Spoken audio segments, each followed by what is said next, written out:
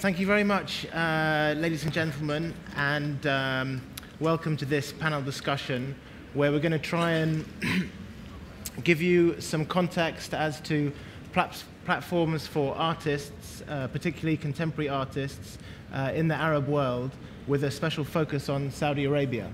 I'm not sure how much you're familiar with this part of the world, but it's not a part of the world that is perhaps that well represented at Art Basel, but it is somewhere where something very exciting is happening, both politically and in the art scene.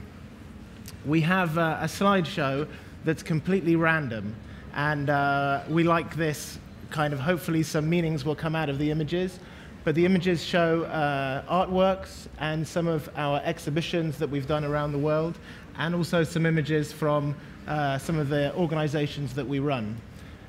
So just to introduce everybody, my name's Stapleton. I'm the founder of Edge of Arabia, which is a platform for artists from Saudi Arabia.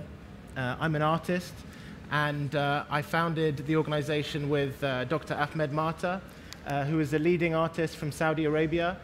He's also a family doctor and a practicing family doctor specializing in community medicine.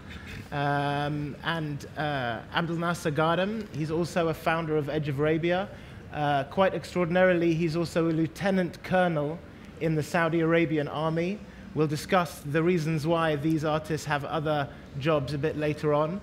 And he's also artist in residence at the moment at the Dar al-Mamoun Foundation, which was founded by Redha Moali.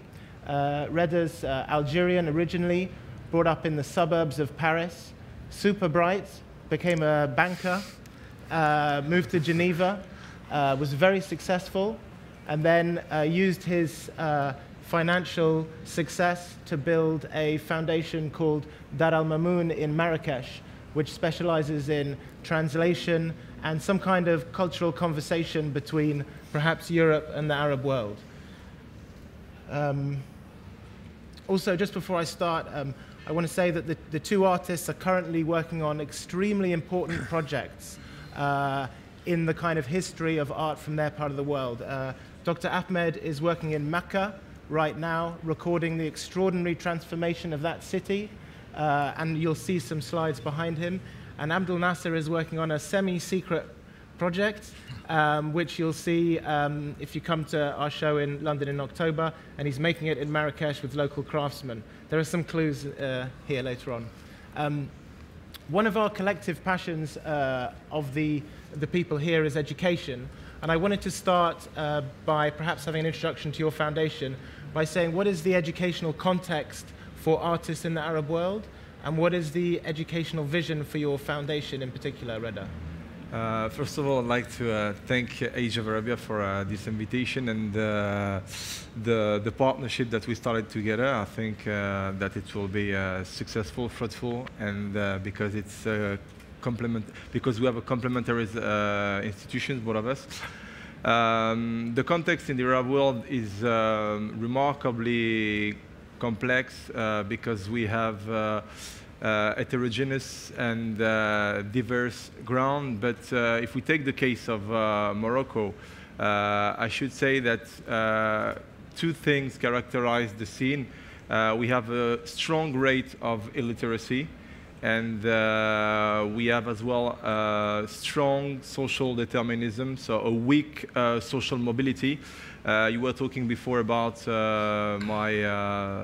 my life journey, especially in Europe. I was born in Europe, so for me it was very not easy, but at least I had opportunities to study. Despite that I was from a minority, ethnic minority, I had the opportunity to study, to go to school at university, and then to get out of the first background I was supposed to live in. So this is the kind of thing that we do not have in our countries, and this is the reason why as well we decided to invest this field and to create Dar al-Mamoun, which is a kind of multidisciplinary platform where people can work together, meet each other, and learn from each other. So Okay. And like, when I first came to Saudi Arabia, one thing that really surprised me was art in schools and art in universities, and I was very spoilt. I had art at every opportunity in my education in the UK. Maybe, Abdulnasser, you could say something about your education and how you came to be an artist through that system, going through schools and university. Well, actually, the art education, let's talk about in Saudi Arabia, there was no, there was no much classes. I mean, art classes in the schools, and it's because of the society. The society, they thought, the art is kind of prohibited. You shouldn't draw the people, you shouldn't draw the animals, and you shouldn't draw. So we said, what shall we draw in the end of the day? So the people, they wasn't interested in art. I mean the family, so they will support the kid when he will go to school. And we'll go to the schools. Most of the teachers are not interested in the art. So, and there is no special teacher who's going to teach us the art. So they will just give it to anyone. Just, okay, take these classes and just teach him whatever you want. So I think me and Ahmed, almost the same. They will use these classes and teach us the religion again. They will say, this is much, and we like it because the religion is much easier, and so that's in the beginning, especially in the schools. In the college, I went to the army, so there was no art in the army, so that's for me.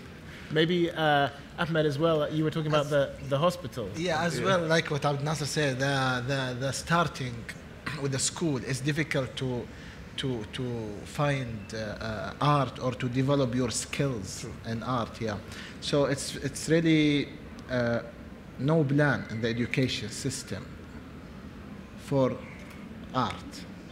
But maybe like what Abdulnasser said, when you go to the army, when I go to hospital, really I didn't.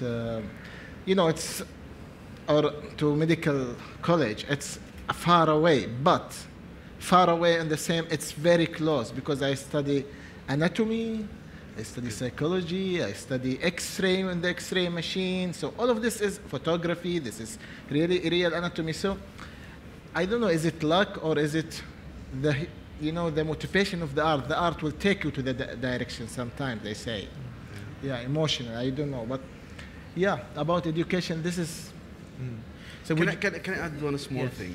Me and Ahmed, we were so lucky. We were from the same neighborhood, and then we were from the southern area of Saudi Arabia, and there was an art village. They call it Al-Muftaha Art Village. That's where we met, by the way. I mean, me and Ahmed and Stephen, we met in that art village.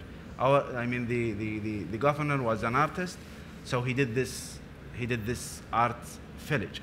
So it supported us a lot in the beginning, where to meet the artists and to have the studios. Yeah, I'm sorry, I was brought back to this arts village. What was interesting about that, it was a local prince who's now actually the governor of Mecca, who was an artist himself and a poet. And it took him to build Saudi's only dedicated arts village. And it's only because he built that place that the creative young people were able to find a place, not just to make art, but more importantly, to meet other poets and artists. So when I was traveling there as an artist, that was the only place I could possibly have gone in Saudi. And I happened to meet these two, and out of that came our project and many other projects. So I want to just dwell a bit on this position of the artist in society. In this part of Europe especially, the artist has very high status. In fact, I see the artists going around the fair and everybody's like worshipping them like they're royalty, because they're perhaps where all the value is. But what is the position, would you say, Redha, of the artist in your society in Morocco? Do they have a high status? We have an artist residency, so the artists that I work with are from everywhere in the world, because it's an international artist residency. And the reason why we decided to open an artist residency is that we noticed that plenty of artists, even in the Western world, have a lot of difficulties to do what they do. And the matter of the status is a bit problematic everywhere in the world. In Morocco, in the Arab world, it's a marginal status. Being an artist it's in a way taking the risk of not being efficient economically. So the economical success of the field they are in has an impact on the way they are seen in the society. So, but I mean, I think it's the same everywhere because even in France or in Japan or here you have difficulties when you are an artist and young artist, emerging artist. Yeah. I mean, that's interesting because I think both yourselves have done a great job in raising the status of the artist in Saudi Arabia. Perhaps when you started, how was the artist scene in Saudi? Yeah, one point I want to add it because we're speaking about the education or the infrastructure of the education for the art in this countries, especially in the Arab world. Some people, when we spoke about there is no school or there is no, that's mean no art in this country. That's mistake. That's not mean there is no art or there is no history of the art of these places. No, the art, I mean the new modern, if I can say, modern Arab world with the new political borders and these countries, yeah, they have big problem and everything now is will changing to the another contemporary, I think, countries. Yeah. So this doesn't mean there is no art. There is art, but we're speaking about the system to support the art, to history, to cultural background of these places. Yeah. Do you feel, just dwelling on that, do you feel sometimes that the kind of Western history of art has sort of, because it's not recorded, like you're saying, perhaps the artistic history of your region, that there's an assumption that it wasn't art because it wasn't a painting, or it wasn't... what is the history of art, would you say, in your particular region? Okay. Yeah. Yeah, that's very important. Especially in this word, very Islamic art, if we can say Islamic art. Some people, they say, don't say Islamic art. But in the meaning which we know, Islamic art doesn't mean, because they say Islamic art, you have to have your background or your identity, which is the painting. The painting in Western art is okay. It's the old style or the history of the art. In the art of there is no, it's called icon or iconic painting or icon. In the Islamic art or the Arab art or the history of art of this area especially, wasn't something called icon. It's out of that. The art was in everything in the life. It was in the architecture, in the house, in the life, in the fabric, in the things. The art was interpretation with the style of the life sometimes. They show also the art in the illuminations, in the Quran writing. The calligraphy is one of the things which you can find a lot of type of calligraphy with every curve means something on the life of this calligraphy. So here is the difference, because a lot of even our teacher coming from Egypt, they study in Sorbonne and France, and they say, where is the history of the art? You should come back to painting first and start paint, then you go to the contemporary art first. So we come to history of the another part of the world to study their history of the art and come. No, there is another history. And I think there is one book mentioned about that, which is good for it's a novel. It's about for Orhan Pamuk, the famous. It's called My Name Is Red. He mentioned a lot of good things about the history of illumination or history of the Islamic calligraphy, the artwork, how the art in the Arab world and the Persian and in this area started. Can I add just one more thing about this subject? You know, the art in our region, where I came, me and Ahmed from, we came, as I told you in the beginning, from the southern of Saudi Arabia. So where we came from, you can find the art. I mean, the women who was decorating the houses, they were drawing the triangles. They were the one who's creating their own color. I mean, when they get the brown, they will burn some rice. When it will get brown, they will just, you know, smash it and then they will paint with it. So the women is the one who, I mean, to me, the one they teach me the art. I mean, when I see my mother, when I was young, she's feeding me, she's putting some, you know, they call it henna. I don't know what they call it in the, she was decorating her hand, you know, with the henna. So this is our, you know, references. That's where we get the art from. And when you go to the fathers, they were wearing, you know, the dinger, I think they call it dinger, and the sword with a lot of decoration. And they were doing a lot of performance. And then they were putting some flowers in their head, so it will give them, you know, good smell and good looking. And there was a lot of performance they were doing. You know, since we were young, we were looking how the performance they are doing. Even in the Hajj, you know, the Hajj is a kind of performance. You know, the people are moving, they are wearing 2 white sheets, and everything has a meaning. You know, they are not wearing 2 white sheets just for nothing. No, they wear the 2 white sheet. It's mean that we are equal. So this is the concept you're getting. Sorry. Yeah. No, is it okay? It's fantastic to have the platform to be, you know, to challenge some of the assumptions of artists from your part of the world, especially here in Basel. Redha, you had something? Yeah, I wanted to add something about what I see in Morocco and probably as well in the Arab world, is that artists, being an artist in that context is very difficult, and means that people must have a strong commitment, and that's what we see there. You know, artists are very engaged in the political background and regarding all the difficulties that they could have, political, economical. So, I mean, for them, most of the people that I see, it's a real necessity to be an artist, and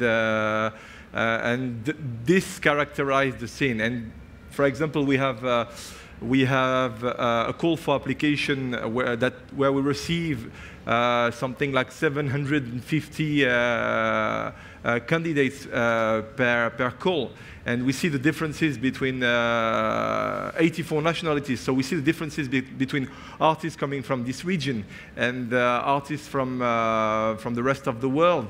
They are very, very politicized, you know, so they are very involved in their background, and they are less formalist, I should say, than the other work that we can see from the others. Well, this brings me on to another issue, which is normally the first question that people ask when we've spoken, especially in the UK, is about censorship. When we have artists from Saudi Arabia here, and you talked, Redha, about politics and religion and the contemporary context being such a huge part of the stories and the images coming out of these artists.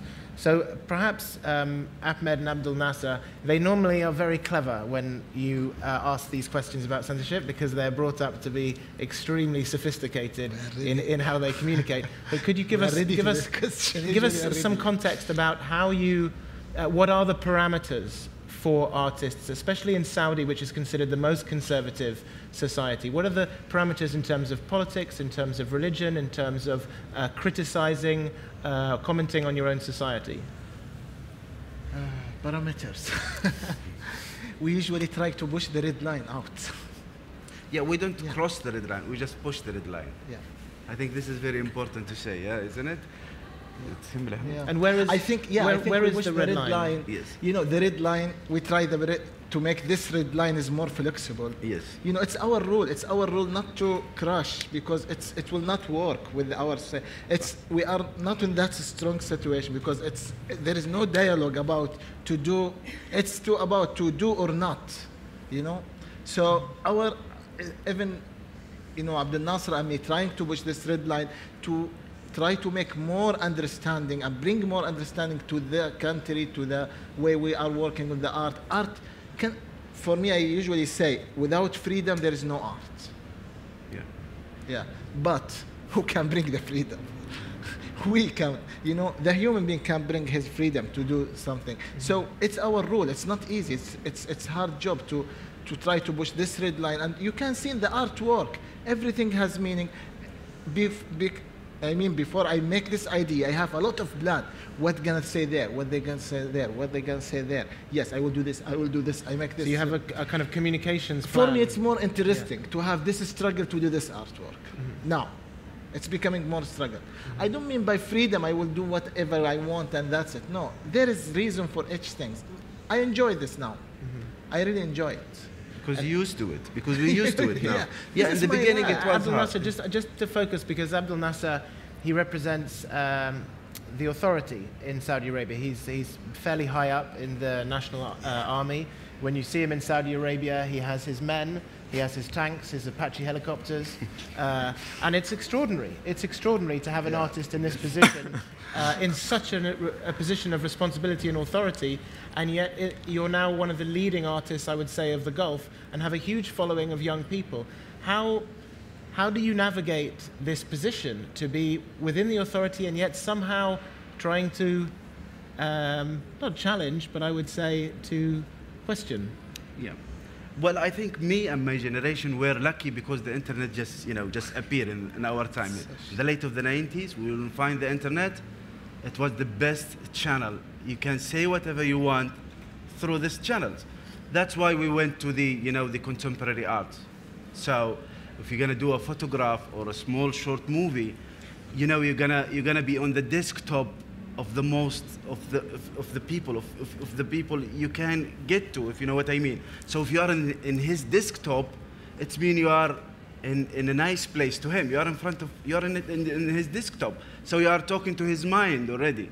So we know that technology, so we start to use it. We start to do, to spread our idea through the internet, through the social network, through these things. And we start to create our followers. And we start to say, our messages. I'll go back to the censorship you just mentioned. We use this, what you call it, tactic, is it? We use it in the army. You should have your own tactic. So I let the people not listening to what I'm saying. I let the people listening beyond what I'm saying. So when I'm saying inshallah, it's a good word in Islam, but what it's mean, nothing will happen. It's a disappointed thing, because when someone will tell you inshallah, it means nothing will happen in the Arab world. That's why I use it, so no one can say it's a bad word. It's a good word. It's from the religion, but what does it mean? It means a lot of things. And also, we know we are giving the audience the power, the control. They are the one who should tell us their idea, their comment, their feedback. Tell me what they think of the artwork. Give me your explanation. So that's what I'm trying to support. Is the internet and the social networking platforms, is this filling the gap of the kind of critical discussion that perhaps you have in places in the museums here? You use this for the discussion about... Not only for the discussion, even sometimes they are directing me. I mean, they will help me. They will tell me, don't do that, this is going to be controversial, and you're going to be in trouble. So I will just go to another way, or I will postpone my idea, or I will change my message. Yeah, you can create full discussion on the social media now. Brainstorm. Saudi Arabia now, it's mentioned, I think, in news about one of the most our highest use of the YouTube. Yes, it's one interesting statistic. Saudi Arabia has the highest per person upload and download of YouTube videos in the world. Yeah, so it's the most prolific sharer of moving images maybe in the world, and yet you can still drive down the high street in Saudi Arabia and see a billboard with a pixelated face because the family that own this billboard do not believe that you should have. So there's an extraordinary moment now also about dealing with imagery.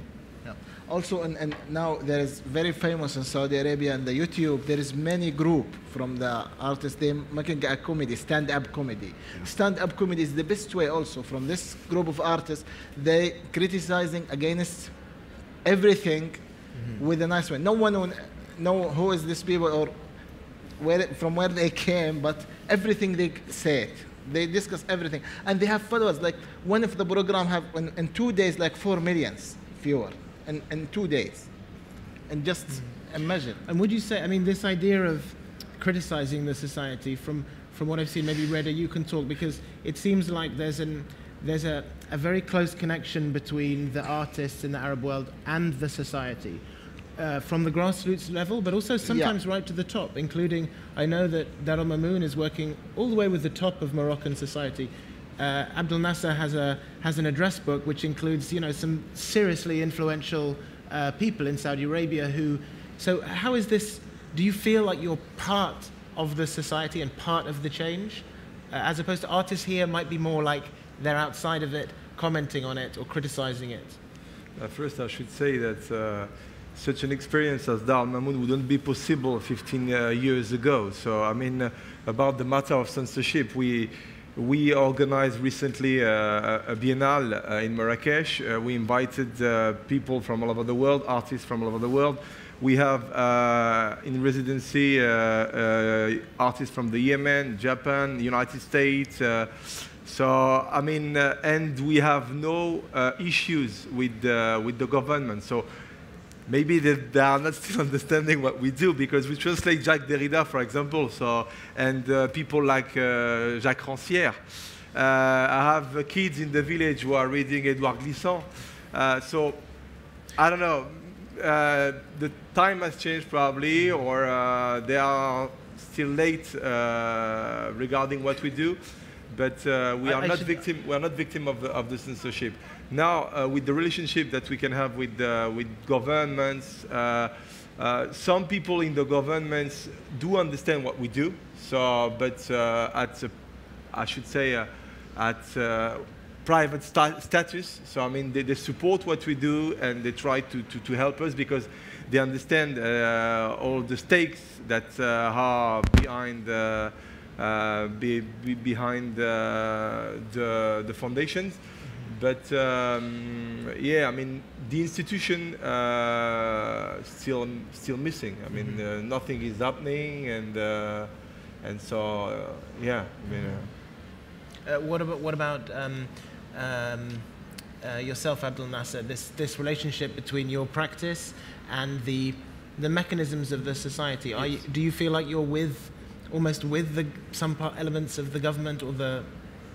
Yeah, you know, I will tell you, when I start, you know, practicing the contemporary art, you know, when I said, okay, I'm gonna start doing these short movies and doing the kind of performance, there was no gallery, you know, to do, no gallery, no museum, no even books in the country. So I said, okay, why don't I go to the real audience? I will just go to the street.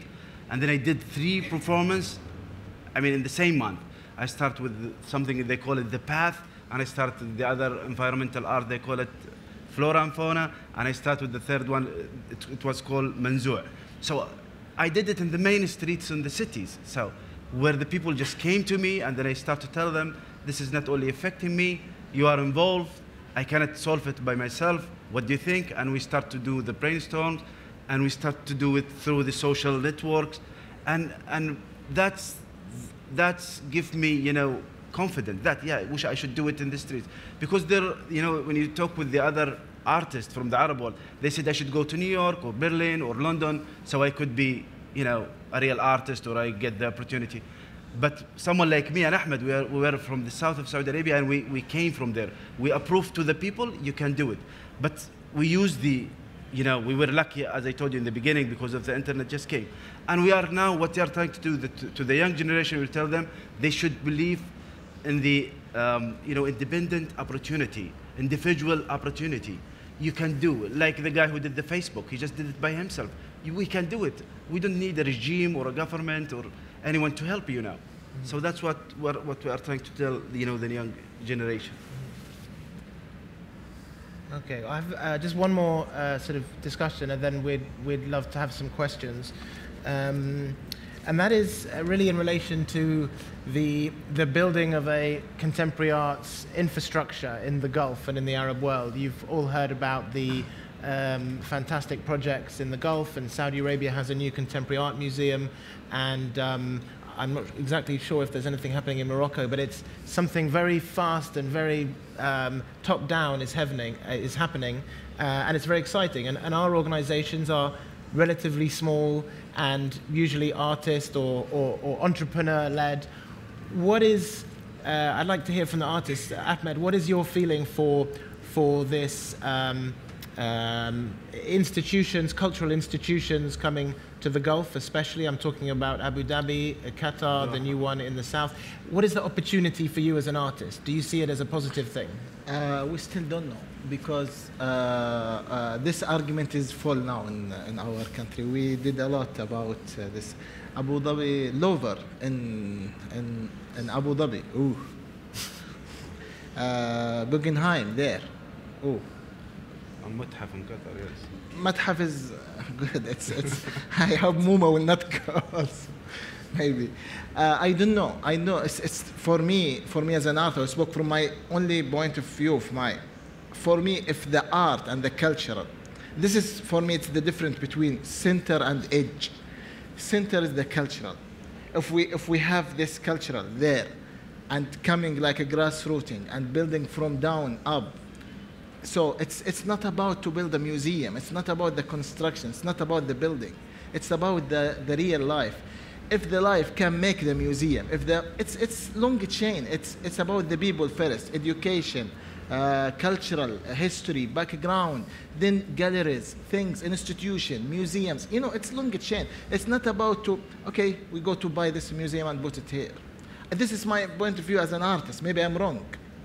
This is only my point of view. It's valid. Ahmed, no, it's but when I say this, a lot of people say it for me no, okay.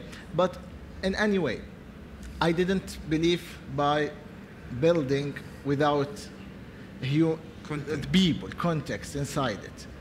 I didn't believe by imported of the models from outside to inside. The model usually come on reason for what's happened there. This is my opinion about that. For me, it's like the difference between center and margin. It's not margin, it's the footnote. You know, or about the business. When the business came, the center became footnote, and footnote becomes a center. So where is the business? The petrol. Where is the center for you? Center is the cultural. It's the real edge of the cultural. It's the culture. You know, like in Saudi Arabia, for me, it was Hijaz, it was Yemen, it was this line of the cultural. When the discovering of the oil, everything becoming there, you know, and they forget the history, which is very more important. This is my point of view. I should say that Ahmed and Abdulnasser, they live close to Yemen, on the old trade route along the Red Sea up to Mecca, and this is a very, very rich cultural and literary and place in the Arab world that's not been forgotten, but certainly Yemen has. And I think the voice of the artists and the cultural people and from all of the world should be clear on this point, because it's not about building the framework and that things and the building and that's it, finished. No, it's different issues. It's more than this. Just quickly, Abdulnasser, but does it not, by bringing these institutions in, does it not raise at least the status of the artist within the society by giving that stamp, your famous stamp of approval to the artist that this is important? Is that not a positive side of the? I think for me, I think it's a good point. You know, the government, if they will do the museum, it's not a bad thing in the end of the day. You know, I mean, after 5 or 10 years, we need place to put our artwork in. So it's good to be in Doha or Abu Dhabi than to be, you know.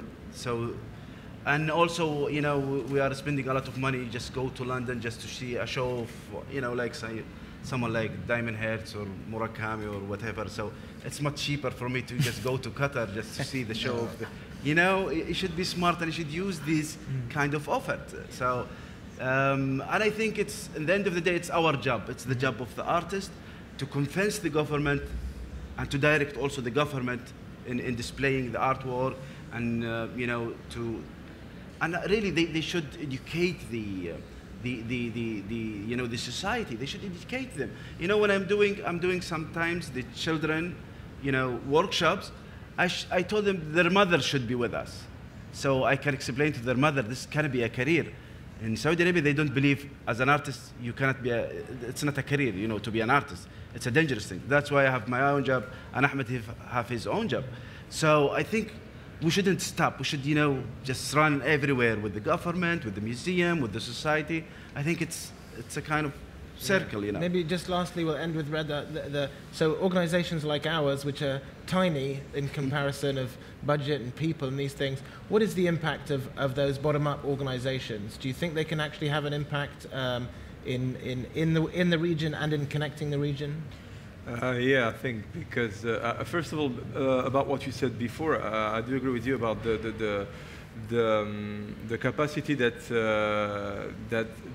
I mean the way that this big institution can help to raise the status of the artist, and it doesn't mean that we should stop doing what we do in parallel, but I mean we should not have an exclusive relationship with this kind of art. having big museum, I think it's important in our background. And we have to continue to do something on another scale, because the other scale is the time scale. I mean, what we do when you work, when you educate people, it takes 20 30 years. This is why not? So, I mean, this is why, yeah, governments, yes. I mean, they are there for, I don't know, it depends, but... why not to take the time to get these things? But if we go these things in 1 year to build Louvre Museum and put the artwork directly to the wall, it's not work. You are living as well now in an instantaneous world, a flat world where everything goes fast, everybody has the young generation, they can understand. A strong desire to do it very fast. Sorry, we've gone a bit over, and I wanna. It's really nice.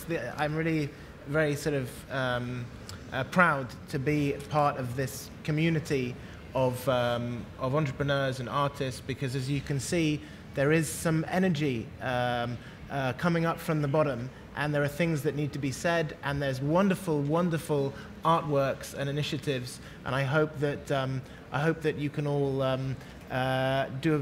if you're interested, find out more about this particular scene. I'm British, but part of my heart is in Saudi and Morocco now and all these places.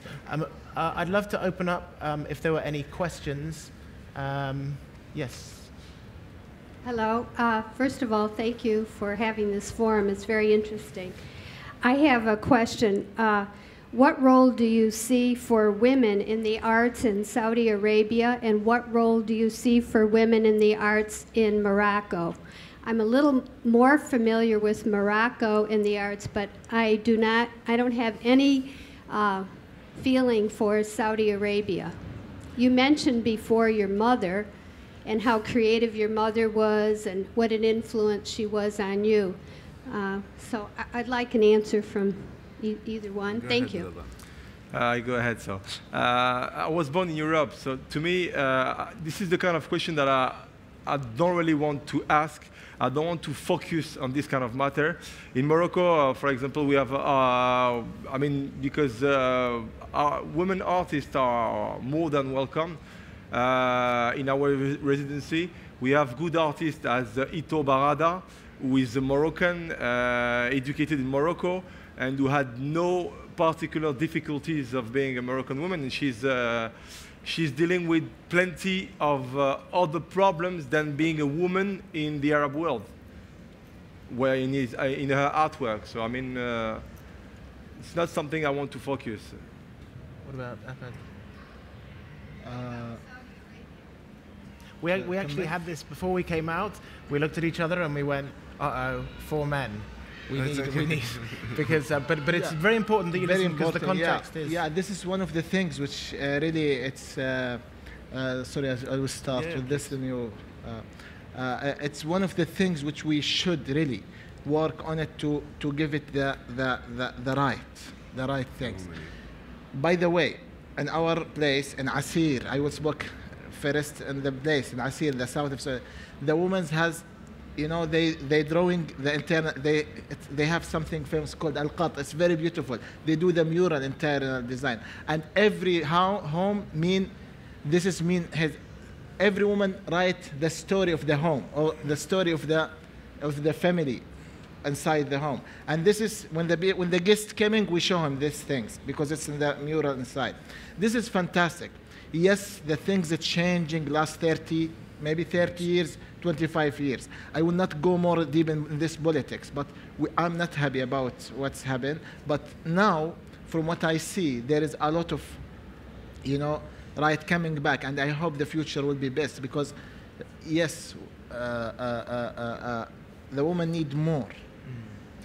Just to briefly, in my experience in Edge of Arabia, our platform... This is what I can say. We've presented about 45 artists over 4 years. Over half were women. And the reality in Saudi Arabia is there's many more practicing women artists than men, but I wouldn't necessarily say that there was more contemporary artists or career artists. It's because, the artists, because of the way the society works. And it's depending on their interest. This is very important. But there's certainly a very exciting... You see Manal Al-Duwayan and Maha Malou and Hala Ali becoming famous in Gallery Krinzinger next week. We are showing Hala Ali, who's a performance artist, young Saudi lady, So it's exciting, but times is changing, that's for sure. But in the economic field, I should say, I met some CEO in some Moroccan CEO who are women, yes. And I should say they are less conservative. So that's true. But I mean, it's not a problem. I mean, to become a CEO when you are a woman in Morocco, less and less. But they are, of course, less conservative. I'm sorry, but I have to insist because I think that we can touch deeply the question. And if you talk about women, and some minutes ago, about the political terms of Arabian art, I would like really to know how the public that knows about art and lives with art around the world, but any public, if in front of a work of a man artist and next a work of a woman artist in Arabia, if they, both of them, touch a political question, a political issue. And second point, please, it's not about decorative or what the woman can do in another terms. They have the same influence, or they can have the same influence as you. Do you need them? Is my second question. Thank you. I didn't get the first question. What was that? Sorry. I'm not sure if I quite understood, but it was. Do you mean do we need who? Do we need the women? You mean? No. I just asked what could be the reaction of the in front of political issues. Yeah. Like driving. So what might be the reaction of the public in Saudi Arabia? In the reaction if let's say Manal Al-Dawayan shows her photographs of her artwork in public, what is the reaction compared to perhaps the artwork of a man? Yes. So it's a good thing to say. What do you think? I think for us it's almost the same. It depends on the issue. The other side of not art. I am an artist by myself, and I am following all these artworks and years.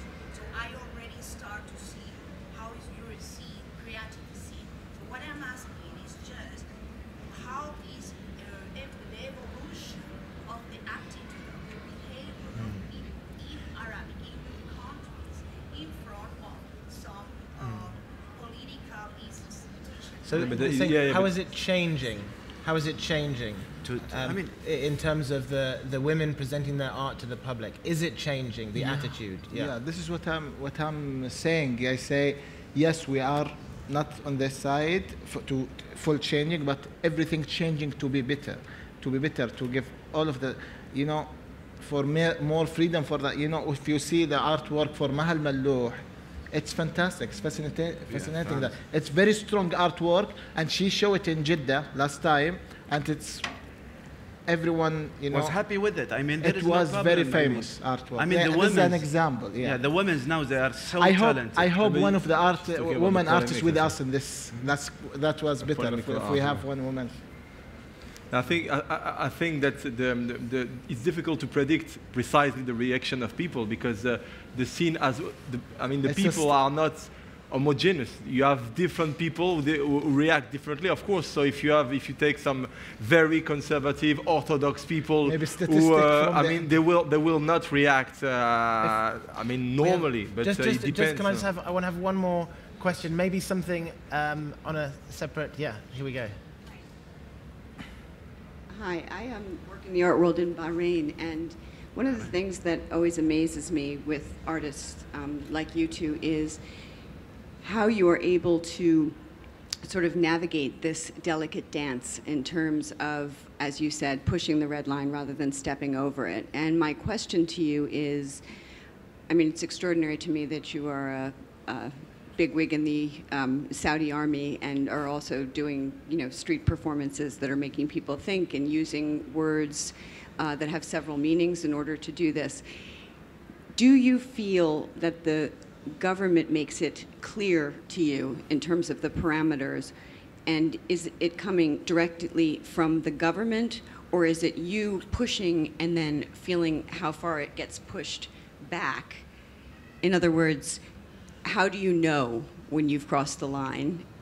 And how do you feel as an artist then when you then know that you have to change whatever the subject or the theme or even the practice is that you're doing based on some parameter that's put in as an institutional parameter. Yeah, can I answer that question? You know, first thing, as I told you, I'm in the army, you know, and I learned a lot of things from the army, you know, to work on the long terms, to, you know, to take the thing as a mission. So we should do it. So when you do your mission, you should be so smart, you know. You should do it, you know. So you should use your mind and your brain, and you know, you use the long-term work. I mean, you shouldn't be hurried. And you know, I'm in the work. I mean, I have, like when I did the work, the stamps. I just get it. I get the artwork from my desktop. It's the stamp. I'm using it every day. So that's where I get the artwork. And we know I'm a part of the system. You know what I mean? I'm part of the system. So I know when the red line is coming. So I'll just go down and then just be cool, and you know. And so that's helped us. You know, in the beginning it was hard to us to have a job and to work as an artist.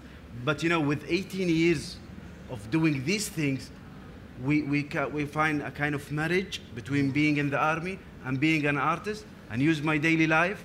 I mean, the whole daily life, the system. I mean, the system, the society customs, the everything. I know, but I should be smart. I said, you know, tell my message in a good way. Can I say the last thing? Sorry, Steve. The last thing. That's why what I'm using in my artworks, I'm getting, you know, the images, the people see it every day. Like I did an artwork, they call it Detour. So everybody's seen it. So I'm using the collective and conscious mind of the people. I'm going through these things, and I'm putting my message through these things, through their unconscious mind. So I will ask them, would you let us to, you know, recycle these customs? Is it okay? To something they used to it. And now, after that, we will start the brainstorm and, you know, the things. Thank you. Sorry. That's a fascinating way to end it. Just to say thank you so much. We've gone slightly over time. I've got a few sort of plugs to make if you're interested in what is going on in the Arab world, and specifically in our projects. We have a show in Gallery Krinzinger in Vienna with Ahmed and Abdulnasser and 2 other Saudi artists, opening on the 21st, is it Ursula? 21st in Gallery Krinzinger. And that's a book launch as well for our new book, which is available at the bookshop alongside both the artists' monographs, and they would be happy to sign should you wish. And also, we have our next major show. What Edge of Arabia does is we do sort of our own kind of museum-y type shows, or they're not really museum-y, but they're our style of shows, free shows. And our next one is in London on the 5th of October during Frieze. It's in East London, specifically in the Muslim community in East London, and it's we're really trying to do something special because of the Olympic year and because we've got confidence now. We're partnering with Dar Al Mamoon on our talks program, and you are very invited. We really would love to see the European audience come to that show. So that's all from us. Thank you so much, and have a nice day.